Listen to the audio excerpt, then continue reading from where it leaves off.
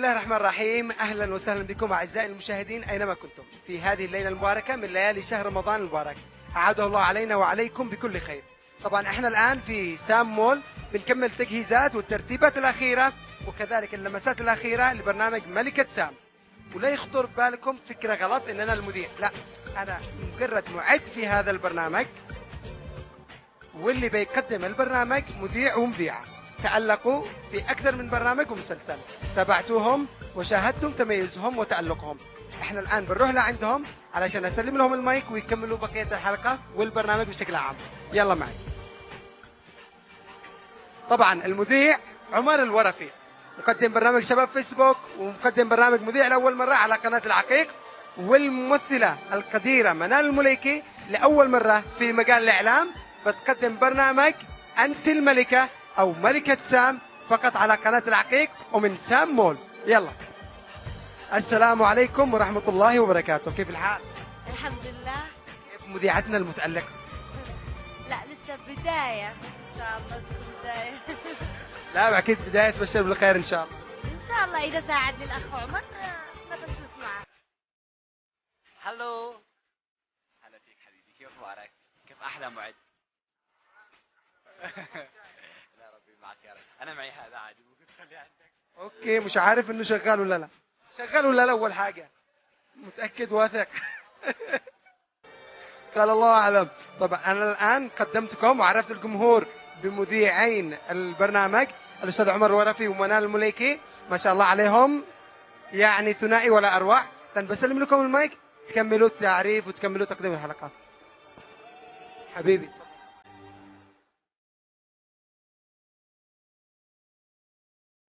أهلا بكم مشاهدينا الكرام، أرحب بكم ترحيبا. أوه. نبدأ نروح نعمل معهم. نقوم. طبعا أنا سعيد جدا أنني معاهم. وأنا فرحانة كثير كثير كثير إن أنا معهم. وأنا سعيد جدا جدا في هذا البرنامج المسابقاتي الجماهيري النسوي. هتفرح نسوي. ضروري زغطط. أنا مبسوطة يا جماعة، مبسوطة. قوم يلا يا عم. يلا.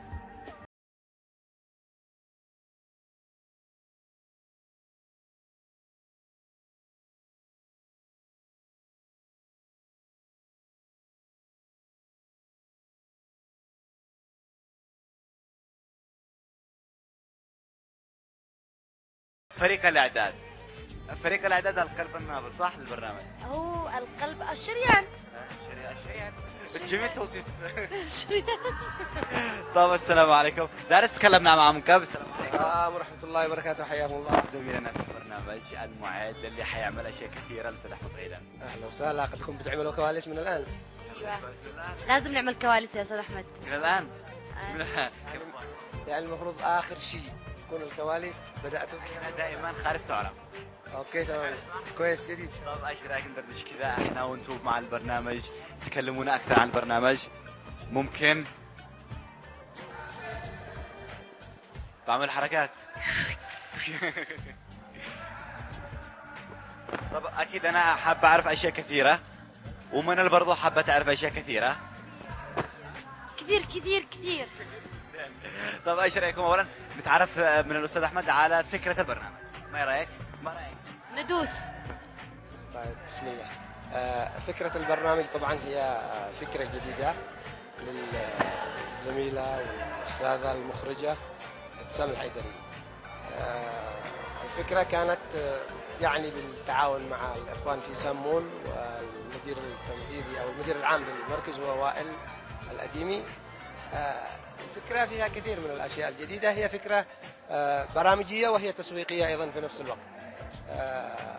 فيها الكثير من الأشياء الجديدة، ربما في كل فقراتها وفي كل محتوياتها أكيد في شيء جديد. واحدة من الأشياء الجديدة أهو أنتم جايين تعملوا كواليس في أول. يعني بالإضافة حتى أنا حاسس إني تعرف هذا الشيء، حابين نعرف الفقرات، تكوين البرنامج. تكوين البرنامج طبعا البرنامج هو مسابقاتي جماهيري نسوي. طبعا الجديد في شكل البرنامج من البداية أنه أول برنامج مسابقاتي جماهيري نسوي. هذا واحدة من الجديد. فيه كثير من التحديات وفيه كثير من المسابقات اللي هي أسئلة. التحديات طبعا برضو أفكار تسويقية بداخل المول. في برامج حصلت كثيرة قبل كذا في مولات وفي أماكن عامة، لكن الحقيقة أنا تعلمت. أنا جاي هنا أعد البرنامج، وأثناء جلوسي مع المخرجة ومع المدير العام تعلمت حاجات كثيرة عن أنه التسويق ما هوش فقط مجرد دعاية لا، التسويق فكر، والتسويق معلومات، والتسويق فن. ويبدو أنه تسوق علم وفن. سأخرج ربما من هذا طب كويس. لا لك التوفيق. هو مش أحب أعرف، يعني الأستاذ بيقول إنه إحنا عكسنا الموضوع وجبنا الكواليس في المقدمة. أنت قلت إنه برنامج ملكة سام مميز. في جديد قاعد صح؟ في جديد. لا ايش الجديد في البرنامج؟ برضو يعني أنا نسوي هو الجديد هذا، بس ايش في فقراتها؟ في الفقرات يعني أنا عندي تحدي، ما هوش رفع أثقال، تحديات في كل حلقة. أول تحدي هو التحدي الكبير طبعا، سيكون البحث عن الكنز.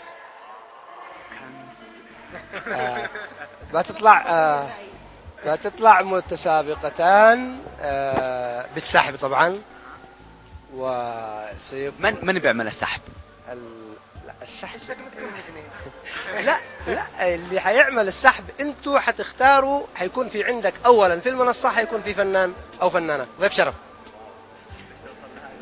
فاللي حيسحب للمتسابقتين هو ضيف الشرف، يسحب الارقام وتطلعوا 2 متسابقات. كل يوم في معنا نجم. كل يوم طبعا معكم نجم او فنان واحد المشاهير اللي الناس عرفوهم وحبوهم، فهو حيقوم بالسحب طبعا بادارتكم انتم. نهتم فيهم ما يهمك. ايوه المتسابقتان ستخوضان سباق للبحث عن الكنز والمجيء بهالكنز الى هنا، والتي ستأتي بالكنز أولا ستتوج أميرة الليلة أو أميرة الحلقة طبعا، وستأخذ الكنز. جائزتها أنها تأخذ الكنز، وجائزتها أنها ستدخل السحب النهائي على عرش الملكة وعلى الجائزة الكبرى. والجائزة الكبرى طبعا احنا ما حنتكلمش عنها نهائيا لأنها مفاجأة. لا طبعا في كثير مفاجآت المفروض ان احنا ما نتكلمش عنها، لكن ما في شيء في تفاصيل مفاجآت ونعد المشاهدين. هذا التحدي لازم نعمل هنا نقط. معرفة النقاط تابعونا. ايوه على العقيق، وفي مركز سامول ايضا في مركز سامول على قناة العقيق. انت الملكة. طب شكرا جزيلا لكم، اعذرونا على المقاطعة هذه، بس احنا حبينا ان احنا تكونوا موجودين معنا في هذه التغطية. لا ما فيش ابدا، ممكن نتمشى حتى عند الشباب معكم يعني. انا على فكرة برضو انا اعيش معهم. يلا ممكن، ليش لا. نحن الآن في طريقنا إلى التعرف بالفرقة الموسيقية الخاصة ببرنامج ملكة سام، يمن ميوزك، دي جي مارينا. تعرف على الفرقة الموسيقية المميزة اللي حتنورنا طيلة حلقة البرنامج. حسن بعداني مطرب طبعا حسن بعداني غني عن التعريف، نجم شارك في نجم الخليج، وعنده الكثير من الإبداعات والفنيات والمتميز المستمر. الحمد لله تمام. كيف بتشوف ملكة سام؟ ملكة سام والله شوف انه برنامج حلو يعني، وحلو ان انا يعني اشارك في هذا البرنامج، وقناة العقيق طبعا وجودك انت عمر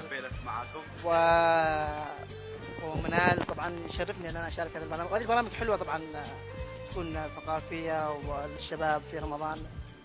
ولاحظ البرنامج خاص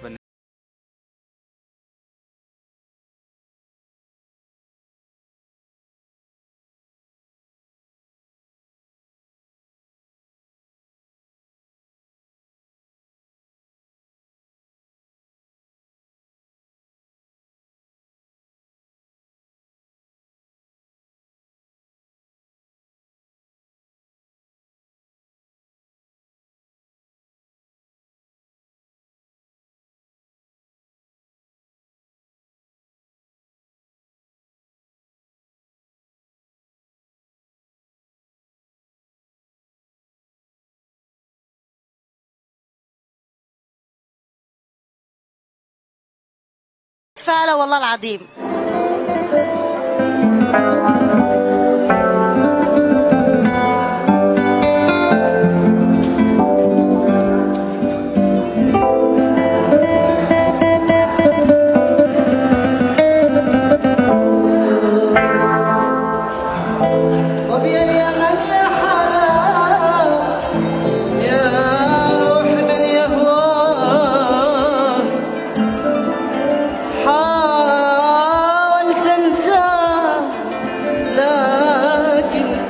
ما استطعت انساك كيف الحشا يا فاتني مرعى. هذه قفشة كبيرة جدا. طبعا احنا بنعاني من الكهرباء بشكل كبير صح؟ هذا شيء طبيعي. واصبح حسن متعود اكيد يكون في حرف متعود. دائما.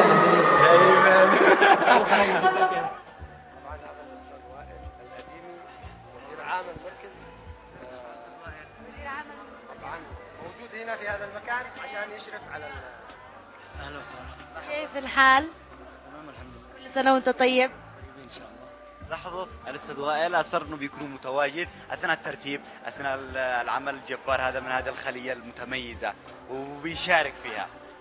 كيف شعوركم؟ انا اصلا مهندس ديكور اصلا. ديكور ومدير المركز وكل حاجه كويسه. متواجد يعني. مشرف على العمليه في نفس الوقت. كيف تشوف الوضع كامل؟ والله ان شاء الله الوضع مبشر بخير ان شاء الله. متفائلين بمركز جدا جدا جدا. لانه الفكره ان شاء الله قويه والطاقم عنده روح خلاقه جدا. وجودك معنا طبعا بتحلو التفاؤل القوي يعني انه موجود مدير عام سام مول موجود هنا. موفقين يا رب عشان لمساتكم الابداعيه مهندسين وما الى ذلك وروحك الاداري لا تبخلوا فيها علينا نهائيا. يا رب موفقين يا رب. كمان في جنود مجهولين نتعرف عليك استاذي. جمال الدروبي منفذ الديكور. ما شاء الله كيف الديكورات؟ والله الديكورات ان شاء الله تكون حلوه. عايشة. عايش حياتي انا بتنفيذ الديكور. كيف بتشوف كواليس البرنامج؟ كواليس البرنامج ممتعه، هي اللي صبرتنا عشان نكمل الديكور. العمل كله تمام؟ ان شاء الله تمام، مستمتع جدا لاجل الجمهور. انت الملكه، ان شاء الله تكون الفائزه معنا، تحصل على الجوائز والجائزه الكبرى ان شاء الله، بتكون مفاجاه. اتمنى لك التوفيق ان شاء الله. شهر مبارك. انا عليكم الصحه. سلام موفق وتستمر.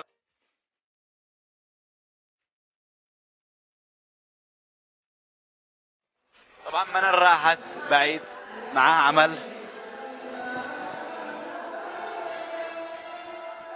يصوروني.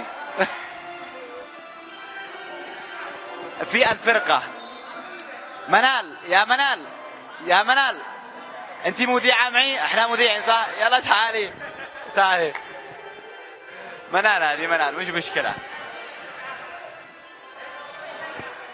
طبعا حنتعرف الان على الفرقة المسرحية اللي حتمتعنا وتكون معنا طولة البرنامج. دائما يفعل فيني هذا المقلب بس عادي مش مشكلة. بداية صح.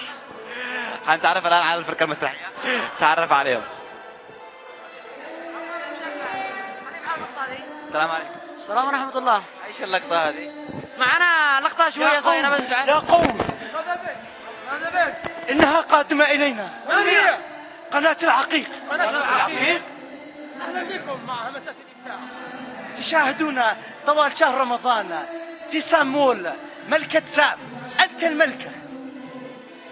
شكرا يا قوم. فاجأتونا. أنا استقيت. عيشي مع زملائك. معهم اثنين ثلاثة يلا. اصلا القضية ما في به. أيوة. انا اقول لك حاجة والله. أيوة. القضية ما في به. أيوة. اننا احنا لما كنا نشوفك تمثلي أيوة. قلنا احنا ما نمثلش.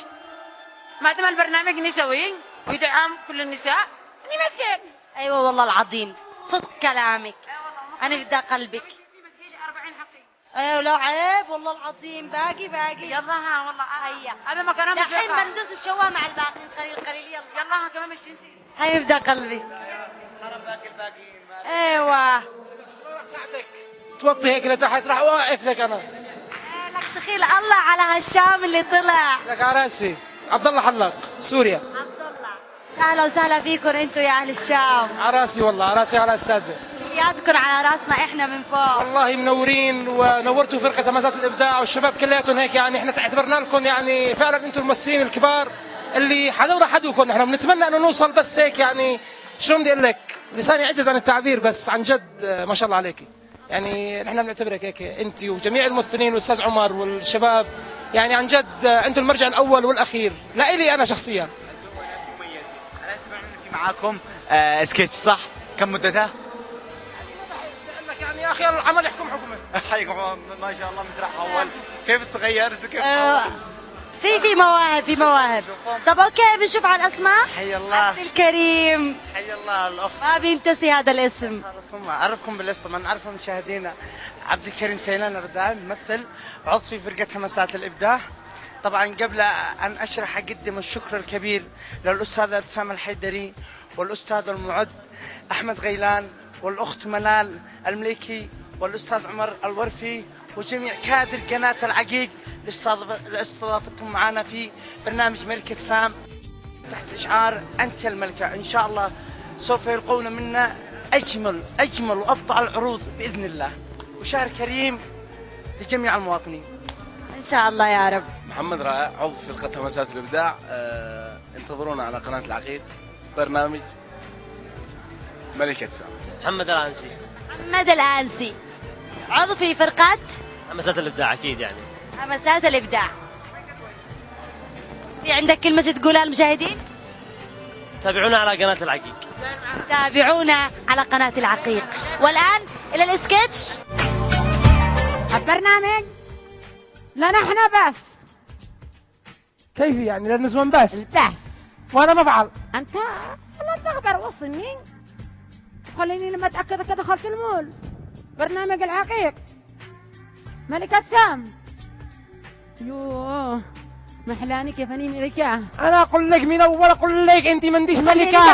انت ما انتيش ملكة انزلي. خليني اقول لك انزلي اليوم. كيف اني ملكة حلا. اقول لك ما انتيش ملكة انزلي اليوم. انزلي هيا. مجد عباس العارفي. حتمثل؟ اكيد. حتبدع في التمثيل؟ ان شاء الله. وبتحب ملكة سام البرنامج؟ اكيد. ومن بتحب كمان؟ احب كل ممتعين قناة العقيق واحب كل الممثلين اليمن واشكرهم. أولى أنا. وأنا كمان. وانت.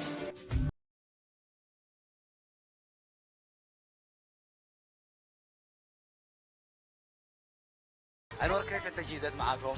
والله التجهيزات كما ترون الآن ساري على قدم وساق، وقد لنا يمكن قرابة 3 أيام ليلا ونهارا.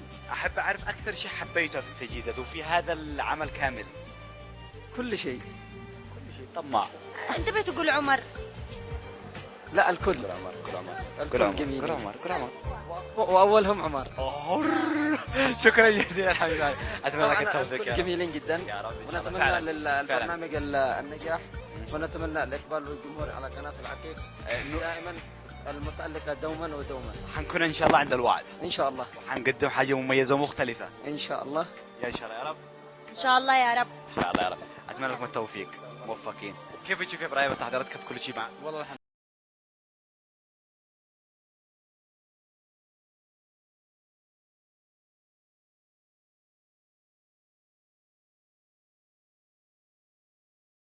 الآن في الكواليس مشروع خطير جدا ويستاهل أشياء كثيرة، صح؟ كثير. يستاهل مشروع إنساني وطني. احنا طبعا الآن مقربين من السحور، فعشان الشباب ما يجلسوش بلا سحور تعالوا نسحر. لاحظوا لأي وقت بنشتغل والكل شغال ونتسحر. وطبعا بنكمل بعد السحور نتسحر ونواصل. كونوا معنا يلا.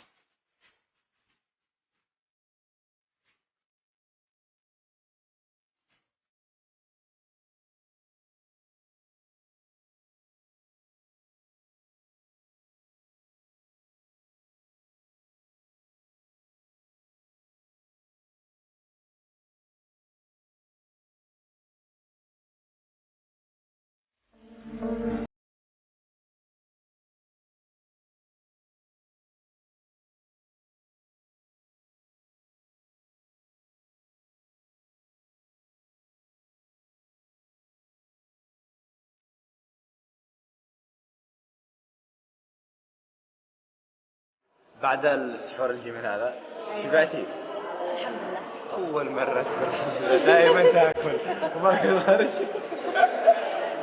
والله يتبلى علي على فكرة. وش المشكلة؟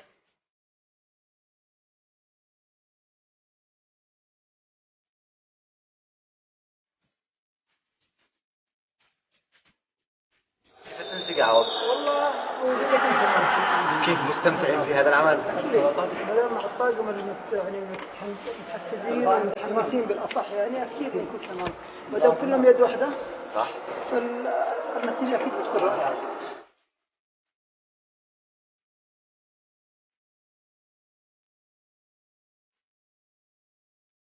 طبعا احنا الثلاثة كنا معا في برنامج مع خلدون، انا في الاعداد ومساعد مخرج وهم ابطال البرنامج. ايش في معاكم هنا اليوم؟ والله يعني طوعنا لكم خدمات إنتاجية. وانت؟ بس برضه أمي المخرجة كمان. يعني جيتم هنا مع ماما وبنفس الوقت متطوعين بخدمة الانتاج. ايه احسن برنامج مع انت الملكة ملكة سام ولا مع خلدون؟ هذه ما في مقارنة، هذا برنامج نسائي هذاك برنامج أطفال وكل واحد له مقارنة يعني. لو في برنامج أطفال ثاني أنا بقارنك بينهم، لكن هذا برنامج نسائي قارن بين برنامج نسائي. هذه إجابة عاقلة، لكن عمرو إجابته أكيد غير. هنا أحسن. شو أكيد. ايش تتوقع البرنامج هذا بينجح؟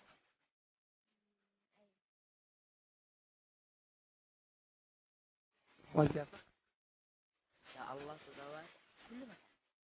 إن شاء الله. نشكر عمرو وصخر، وإن شاء الله ربي يوفقهم ويعينهم للساعة 6 وهم صاحين الآن. الله يعينكم ويعين ماما ويعين بابا. الآن نروح هذا المكان، ما رأيكم؟ في حاجة حلوة. ايوه في حاجة حلوة. يلا. في حاجة حلوة. في حاجة حلوة. في حاجة حلوة. دارس حاجة حلوة. واو حاجة هنا في الكنترول. اوكي، المخرجة، المونتاج، طبعا مدير التصوير عمنا خليل ومدير التصوير. نبدأ من هنا، ما رأيك؟ عمو خليل كيف اخبارك؟ تمام. ليش انت دائما رائع؟ حبيبي. كلمني كيف التجهيزات، كيف اخبار التحضير هذا البرنامج؟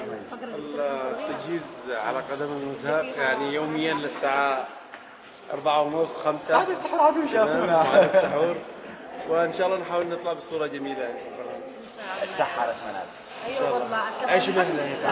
عيشوا بس. طب كلمني، منسجم مع الطاقم؟ كيف؟ إذا ما فيش انسجام ما فيش نجاح الطاقم. يا رب يعني نوعدهم بحاجة خرافية إن شاء الله. إن شاء الله إن شاء الله. يا رب نتفائل. نشوف الشخص الجميل هذا. السلام عليكم. يا ملك مبارك. كلمهم عنك أكثر. كل حاجة عنك. كيف المنتج معك؟ المنتج تمام. كلمهم على أقول لك على أسرار. هو ما يشتيش الكلام. في أسرار في عملك. دائما الأسرار بتجي يعني عندك أنت. إذا ما يقولوهاش بقولها. عايز ضحك. والله؟ بس أنا أحب الأسرار. أمانة؟ يعني نخلي في أسرار ولا نفضحها؟ ارشيني. نجيب شوية. فضحوني وخرجوني. ما دام فيها رشوة افضحوني. طب انت كده يا مالك. في حاجة في. طبعا الشباب مش ضياء اخترعوا اشياء داخل هذا البرنامج، يعني كان في عندنا اشكالات في نقل الصوره من مكان الى مكان، في استخدام المكسر بشكل كذا، فهم اخترعوا جابوا توصيلات وشغلوا لنا الناس اللي بيوجدوا الالكترونيات من مكان الى مكان، من الغانم الى سوني الى المظفر الى اكثر من مكان، جايبين حاجات. وطبعا انور دويله واحد من الناس مصورين كان يجيب كان حاجه كذا تنقص كلهم انا اجيب لك في اختراعات يعني ظهرت الحاجه ام الاختراع بالضبط. حاجه ام الاختراع طبقناها هنا. هذا واحده. ايضا معنا واحد ثاني مدير الاستوديو. اين معنا ايضا مدير الاستوديو عبد الله القريسي، فرق منه وراح يتسحر من مش مشكله. المخرجة. طيب نتعرف على مخرجة العمل الكبير والجبار الذي حيكون ان شاء الله مميز. يا تعترف. السلام عليكم. كيف الحال؟ ما عاد في صوت عشان تعرفوا كيف الجو اللي مبدل.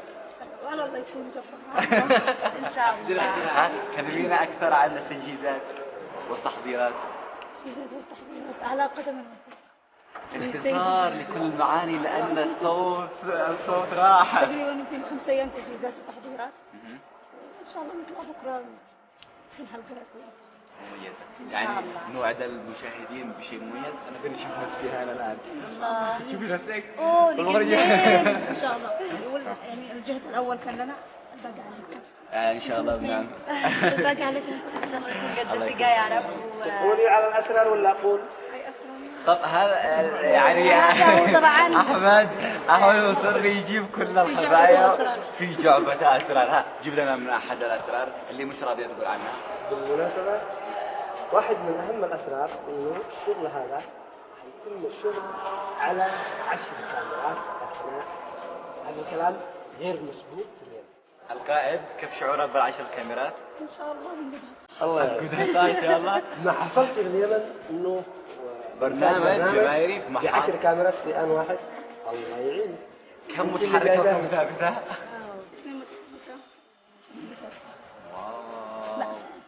لا ثلاثة؟ ايه واثنين اول بركب 7 واحدة تظهر عمر. وتختفي. موضوع كبير. خرافي صح؟ جدا. ذكرني المصور ان احنا حنستخدم الكتاب والنور. طب حتى تشوفوا كل اللقطات، يعني ممكن نشوف المشاهد احنا كيف بنصور كل لقطة. طب في شيء تحب انك تقولي للمشاهدين عنه؟ تابعونا مع ملكة سام. واللي ما يتابعناش برضو يتابعنا. طب كويس خلاص انا اتمنى لكم التوفيق. انا عارف ان في اسرار كثيره وفي اشياء مميزه حتوعدوا المشاهدين عنها بس مخلين لها مفاجاه صح؟ ان شاء الله نقدم احسن والافضل شو على قناة العين. يا رب ان شاء الله. ومن اسم البرنامج الجميل هذا الحلو؟ ملكة سام.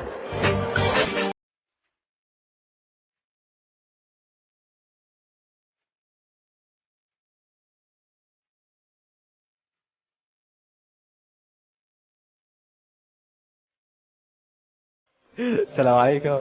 شهر مبارك. كيف اخبارك؟ كله تمام؟ كل عام بخير يا منال. بخير ان شاء الله يا عمر. كيف الحال؟ كيف ليالي رمضان معاكم؟ وليالي ملكة سام كيف في معك؟ احلى شيء في ملكة سام ان شاء الله تنور اليوم. ليش كذا حبيتها؟ حبيناها بفرحة رمضان ومع كذا جاء برنامج حلو. قناة العقيق ما قصروا في برنامجهم. وطلع الان كلهم يعني. انتم تستاهلوا. سموا يستاهل، معارضة تستاهل، والجمهور اللي حيكون موجود يستاهل الجوائز. ها؟ والملكة كمان تستاهل. تستاهل ليش لا؟ اكيد تستاهل. انا شكلي بغير رايي بكون ملكة مش مذيعة.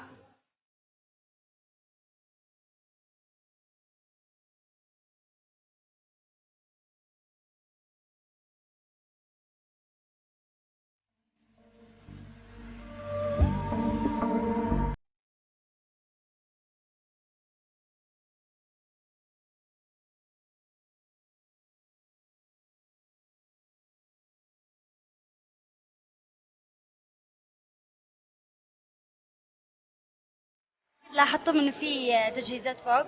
البرنامج بيكون مسوي جماهيري خاص. وما فيش الا عمر فيه. كيف تتوقعوا البرنامج بيكون؟ ان شاء الله يكون تمام. ان شاء الله نتمنى لكم التوفيق. اكيد بما انك كذا مرأة فرحانة ان في برنامج يهتم فيه البنات فقط صح؟ اكيد يعني. وحتحضري كل يوم؟ ان شاء الله. ليش وحتفوزي يعني؟ كل يوم؟ الله أعلم. ما توقعش. كيف تتوقعي البرنامج كله صدى لما يكون؟ ما دام ان انت موجوده منال بيكون تمام الحمد لله. طب وما دام انت يا عمر مش موجود مش مشكلة ما نهتمش فيك. شكرا. شكرا الله يخليك. طب دعوتكم كذا البرنامج وتابعوا يوم ضروري تجوا وممكن تتابعوا في التلفزيون مرة ثانية يعني. ان شاء الله. اوكي. يا رب. شكرا جزيلا كل عام وانتم بخير. وانتم بخير وصحة. ان شاء الله يكون رمضان كريم عليكم يا رب. دائما في نجوم في ملكة سام صح؟ ولم في برضو احد النجوم في هذا البرنامج. هلو. شهر مبارك. كيف اخبارك؟ ان شاء الله كيف صحتك؟ هلك لقمه. طبيعي طلعت ذواق احلى حاجه. كيف رمضان مع النجم عبد العزيز البعداني؟ الحمد لله كل عام وانتم بخير ان شاء الله وشهر كريم. شهر مبارك يا رب. الطاعات والمغفره ان شاء الله. النجم عبد العزيز حيكون احد الضيوف المميزين في ملكة سام. اكيد هذا عمله. اكيد لكن والله اتشرف. ملكة سام برنامج لأول مرة في اليمن برنامج جماهيري نسوي مسابقاتي. جميل. فاعل كيف جداً. ضروري نحن نوقف معه بشكل كبير يعني صح؟ لازم ننحاز كمان للمرأة ونعطيها حقها. طبعا من مشجعين المرأة ومؤيدين المرأة أن تكون من- وزيرة وتكون مديرة وتكون مخرجة وتكون ممثلة من ما يهتمش بالمرأة صح؟ رئيسة يكفي حق الهند رئيسة مجلس الوزراء الباكستانية أو الأفغانستانية. طب كيف بس بتشوف اختاروها حرام يعني. كيف بتشوف ملكة سام في اليمن؟ أعتقد أن عندنا ملوك وإحنا ملوك الأرض أعتقد. يا رب هذا اللي أنا أشوفه. البرنامج حينجح تتوقع؟ أكيد بجهودكم إن شاء الله وجهود الطاقم الفني والكوادر وعلى ما أشوف يعني تفاجأت الحين إنه في كرينات وشغلات واستديو. يعني شغالين ما شاء الله خلي ينح ما الكل شاء الله فعلا. ما شاء الله ويعطيكم البركة إن شاء الله ما يا دام رب. اهتمامكم وحسن نيتكم موجودة فإن شاء الله أكيد تكون حاجة حلوة. يا إن شاء الله. أنا أشارك بهذا الشيء الجميل. احضروا في ملكة سام.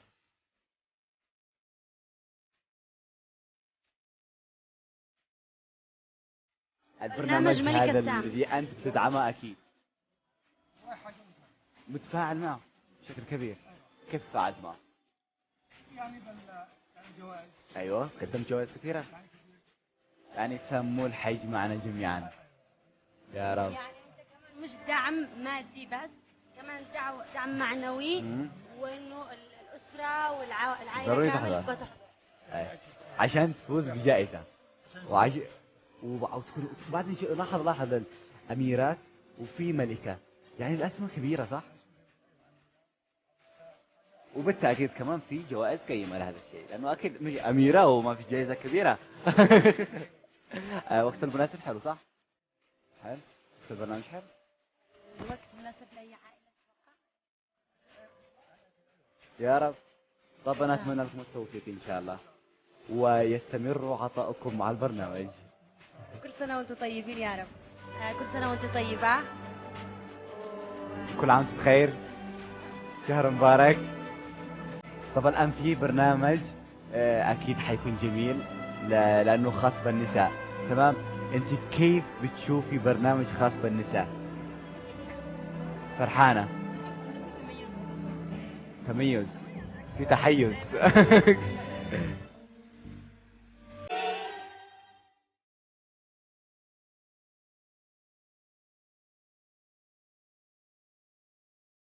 رمضان ينعاد علينا وعليك يا رب بالخير والعافيه. واكيد انت ملاحظ خليه النحل اللي بتشتغل اليوم هنا. اكيد ملاحظة كل يوم ان شاء الله ودائما. بما انك بتلاحظ دائما كيف تتوقع ملكة سم بيكون؟ والله ان شاء الله بيكون تفاعلنا ويكون شيء جميل جدا ان شاء الله. ايه متفائل في البرنامج ومتفائل في الشخص اللي مشى امام الكاميرا. متفائل فيه كثير صح؟ الشخص برص يعني. طب كويس. انت بما انك هنا في هذا المحل الجميل انا بنشوفه جميل فعلا اشياء ذواقة عندك زيك ذواق. شاركت بجوائز؟ اكيد. كثير. 15 جائزة. 15 جائزة إلى 15 أميرة. 15 أميرة. واو. والله خورني اكون اميره. برنامج ملكة سام. والله ان شاء الله بنشوفه تمام وان شاء الله يكون ناجح. انا متفائل فيه ان شاء الله. انه حينجح. ان شاء الله خير. ان شاء الله. في قناة عملت برنامج في اليمن نسوي خاص بالنساء. كيف؟ في قناة من قبل عملت أي قناة يمنية برنامج خاص بالنساء. والجوائز اللي بيني وبينك هذه هل في قناة جابت الجوائز هذه اللي جبتوها؟ لا. هي كبيرة صح؟ وبمبالغ كبيرة خصوصا اللي من هنا بصراحة أنا لما شفتها وشفت المبالغ اللي عليها قلت إيش حاجة كبيرة صح؟ انا بغير رايي يا جماعه. وجالسة شي تغير رأيها الله يستر اليوم نخلص ما عاد مذيعة. الموضوع كبير. طب كويس. الحضور حضور المرأة كيف تشوفه إن شاء الله بيكون؟ ان شاء الله يكون يعني أنت أكيد أنك تتواصل سواء مع الأسرة أو الزبائن. هذا اصلا هو النسوي. أيوه. ايوه كلنا كانت النساء. ولما ما في رجال. هذه الفترة أثناء التجهيزات والتحضيرات لما بيحضرين عندك النساء. بيحضروا ويسألوا ايش هذا. شوف تساؤلات يعني. ايوه تساؤلات هذا اكيد. يا رب. طب ادعي لنا انهم يحضروا خيرات. ان شاء الله. هذا قدر لنا. الوقت مناسب صح البرنامج؟ أيه. مناسب. عجبكم ان شاء الله صح؟ عجبهم. هم قالوا عجبهم.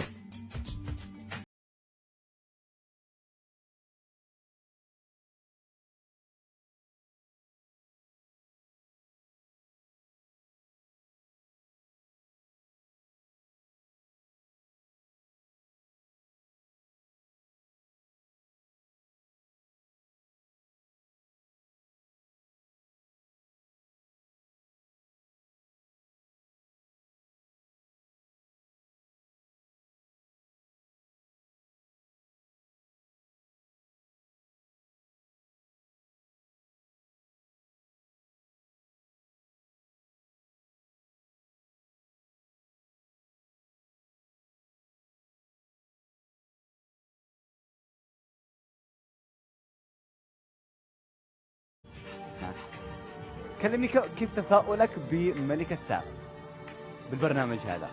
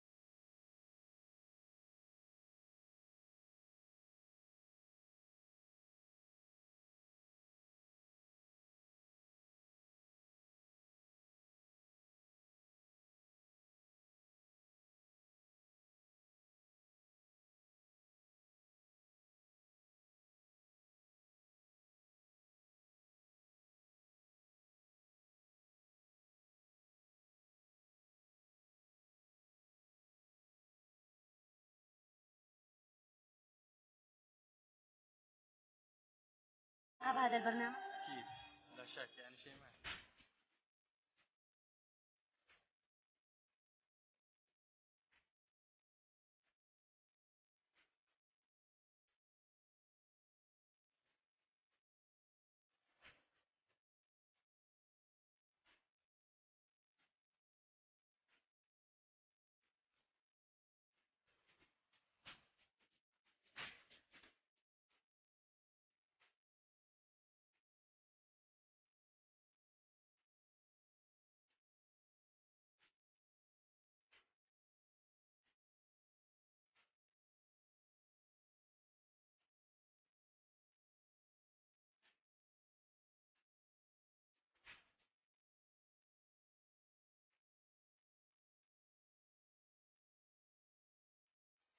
في ملكة سام.